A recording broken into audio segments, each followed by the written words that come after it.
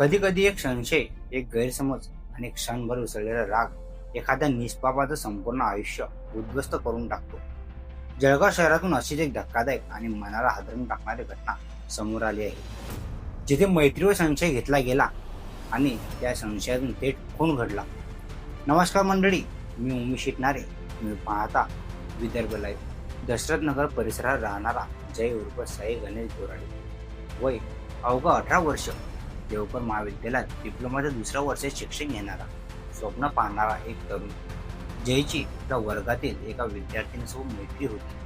ती मैत्री इतकीच होती असं जयचे मित्र सांगतात. मात्र या मैत्रीवर शुभम रवींद्र सोनवणे याने संशय घेतला.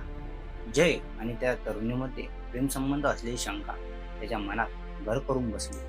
हा संशय वाढत गेला आणि बुधवारी दुपारी त्याचा भयंकर शेवट झाला. दुपारी 2:30 वाजण्याच्या सुमारास जय बोलाने मार्केट परिसरात आला होता. नेहमीप्रमाणे गजबजलेला भाग, लोकांची वर्दळ सुरू होती. तेव्हा शुभम तिथे आला.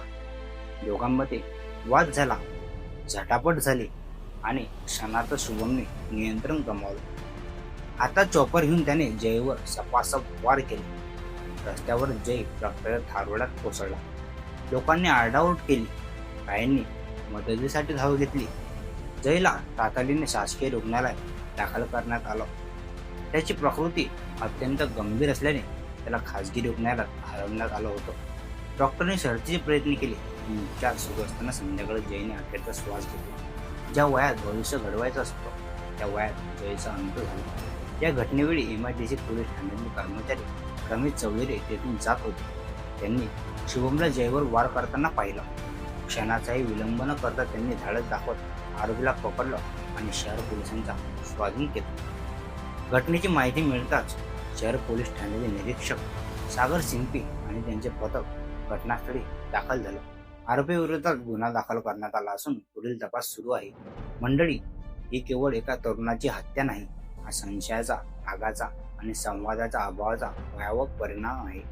मैत्री असो किंवा प्रेम, संशय मनात आला तर संवाद हवा. आता शस्त्र नव्हे. आज जय गेला, उद्या नंबर कुणाचा असेल हे सांगता येत नाही. समाज म्हणून आपण जर वेळीच अशा गोष्टी थांबवल्यात नाहीत तर अशा बातम्या केवळ वाढतच जातील.